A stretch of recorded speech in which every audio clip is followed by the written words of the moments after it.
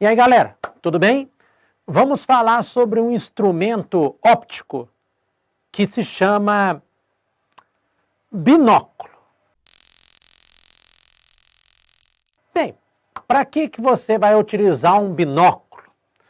Olha, o binóculo serve para você observar alguns objetos que estejam um pouco longe. Não tão longe, igual a Lua, né? Nem que esteja muito longe, como um outro planeta, mas objetos que estejam próximos. Você está na sua casa e quer observar alguma coisa acontecendo no horizonte. Assim, uma coisa que esteja acontecendo a 200, 300 metros de você. Então você pode utilizar esse instrumento que se chama binóculo. Vamos aqui para o slide comigo. Pessoal, um binóculo é um pouco diferente relacionado à luneta, por exemplo. Porque as coisas não estão alinhadas, não ficam no interior de um cilindro único. Quando você pega e desmonta um binóculo, ele tem, por exemplo, algumas lentes, elas são colocadas aqui, ó. Aqui você tem um tipo de lente, e esse tipo de lente é a lente que fica próxima ao objeto. A lente que fica próxima ao objeto chama-se lente objetiva. Essa lente objetiva, ela é uma lente de borda fina. Você tem um interesse em convergir os raios luminosos que sejam provenientes daquele objeto que você quer observar. Nesta parte central do binóculo, aqui, ó, aqui não, pessoal, aqui você já não tem uma lente. Ali ficaria um prisma. Aqui nós teríamos um prisma. O prisma vai fazer o quê? O prisma vai basicamente desviar o raio luminoso. Provavelmente, você vai encontrar um outro prisma também no interior do binóculo para fazer com que haja a convergência da luz para o seu olho. E nota que a parte relativa ao posicionamento do seu olho fica uma parte mais central do binóculo. O binóculo é maior e a parte onde tem a lente, ela é uma parte mais concentrada. Então tem que haver o desvio luminoso.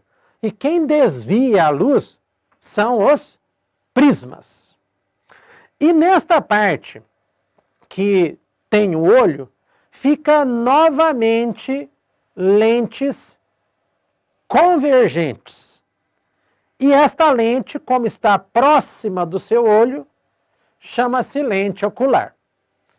Bem, nos telescópios, nas lunetas, você tem basicamente a mesma coisa. Estas lentes. Vamos voltar aqui para o quadro comigo.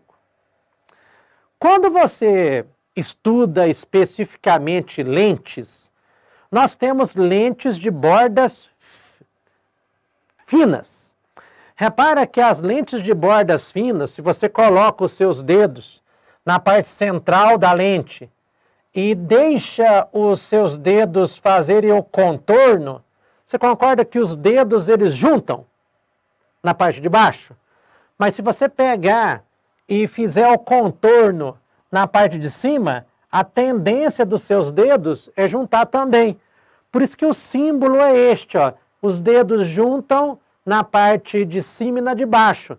Nós falamos que são lentes de bordas finas. Lentes de bordas finas, elas sempre terminam em hexa. Pessoal, a última palavra é convexa. Toda lente tem nome composto. E, tecnicamente, o nome de uma lente é dado em função dos seus raios. Vem primeiro a curvatura do raio maior e depois do raio menor. Para ficar mais fácil, a gente guarda assim, ó. Lente de borda fina terminam em hexa. Ou seja, se esta aqui é a parte de fora, sempre se olha da parte de fora. Esta aqui é convexa, essa também.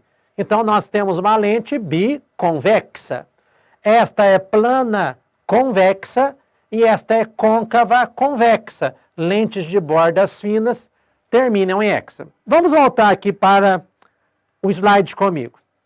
Perceba que as lentes de bordas finas são tanto colocadas aqui na região da ocular, quanto na região da objetiva. Então, são lentes de bordas finas. Essas lentes, então, têm o poder de convergência dos raios luminosos.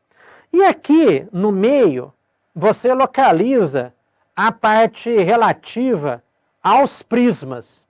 Então, aqui nós chamamos de um prisma, que é um prisma óptico. Só que aí, pessoal, precisa recordar algumas coisas. Vamos aqui para o quadro comigo.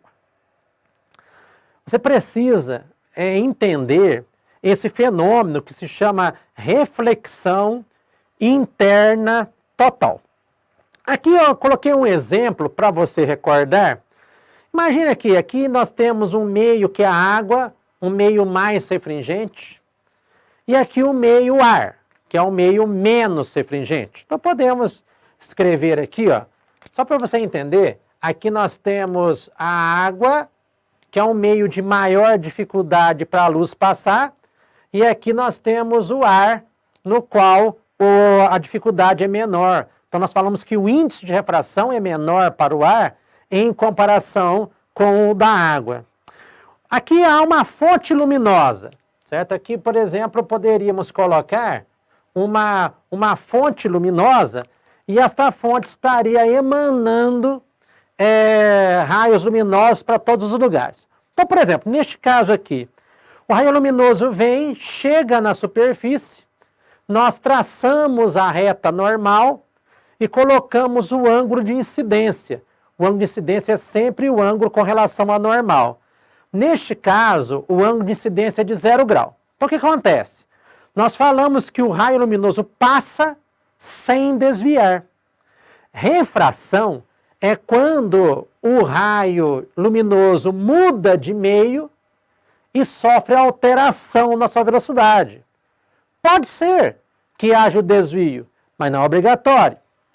Mas, à medida que o ângulo de incidência vai aumentando, realmente, quando o raio luminoso sai, passando do meio mais para o meio menos, a tendência é afastar da normal. Então, cada vez mais, ele vai estar caindo. Mas tem uma hora que o raio luminoso, ele sai, mas ele sai pela última vez. Ou seja, ele praticamente está na tangente, ele está rasante à superfície. Então, esse ângulo de incidência recebe um nome importante que se chama limite. Limite é o último ângulo de incidência com o qual a luz ainda sai, mas sai tirando tinta. Caso o ângulo de incidência seja maior do que o limite, a luz simplesmente não consegue sair mais, ela bate e reflete. Então nós falamos que sofreu a reflexão interna total. E é isso que acontece dentro de um binóculo. Aqui eu representei para vocês um prisma e um raio luminoso. Observe, o raio luminoso vem, ele bate no prisma. Então o que a gente vai fazer? Nós vamos traçar a reta normal, mas Nesse caso, o ângulo de incidência é de 0 grau. Então, o que a gente combinou? Que quando o ângulo de incidência é 0 grau, passa direto. Então, a luz passa direto. Ao passar direto, ela vai inevitavelmente chegar a este ponto, onde o que nós fazemos? Nós traçamos novamente a chamada reta normal. E o ângulo de incidência é sempre relacionado à reta normal. Então, mas aí que está o negócio. Se a luz ela estiver no meio mais refringente e o ângulo de incidência sendo maior que o ângulo limite, vai acontecer a reflexão interna total. E observe, aqui comigo no slide novamente, que é justamente isso que acontece no interior de um binóculo. Repara que quando você olha para esse ponto aqui, ó, que eu estou marcando para você, nós temos o fenômeno da reflexão interna total. O que fez então? A luz desviou. Então perceba que ela estava indo, assim, se você olhar para o slide, na vertical e de repente na horizontal. O que aconteceu? Ela entrou em um novo prisma, sofreu novamente a reflexão interna total e saiu do prisma, passando pela ocular e chegando até os seus olhos. Então, o binóculo tem, na verdade, um contexto na física muito mais amplo, que você precisa de lembrar quais são os tipos de lentes que nós usamos. Neste caso, são lentes convergentes. É importante relembrar o fenômeno da reflexão interna total, as características que a reflexão interna total possui. Então perceba que binóculo é um instrumento bastante interessante. Vamos voltar aqui para o quadro. Então, pessoal, binóculo, quando você pensa no objeto em si, ele não traz grandes informações.